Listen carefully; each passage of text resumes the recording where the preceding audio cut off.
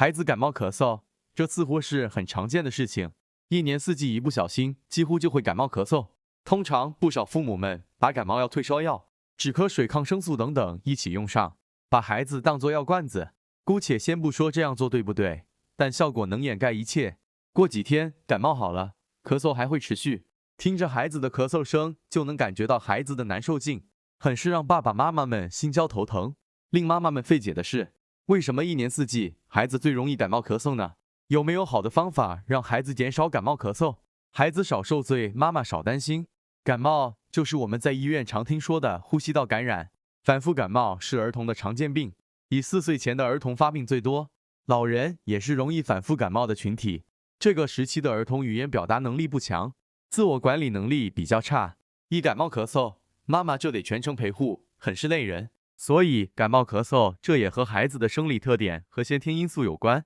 妈妈们都会注意到，孩子出生后都会定期打预防针，因为孩子免疫力低，这也是和孩子的生理特点和先天因素有关的。孩子出生后，身体各系统功能是随着年龄的增长不断发育完善的，在生长发育的过程中会不断受到外界的侵害，而儿童时期的呼吸系统很脆弱，如鼻腔相对短小，鼻黏膜柔嫩，咽喉部淋巴容易感染，扁桃体发炎，肺部分泌物不易排出感染，肺炎最易受到侵害。就像一棵小树苗，长成大树不但要经历风吹雨打、干旱虫咬，甚至遭受到摧毁和砍伐。一般情况下，牛奶喂养的孩子比母乳的孩子抵抗力要稍差一些，因为牛奶中缺乏抗病的免疫活性物质。奶粉喂养的孩子反复感冒、咳嗽的时候会多一些，所以我们提倡母乳喂养，不但利于孩子身心健康，而且对妈妈的健康也很有作用。同时，我们要记得，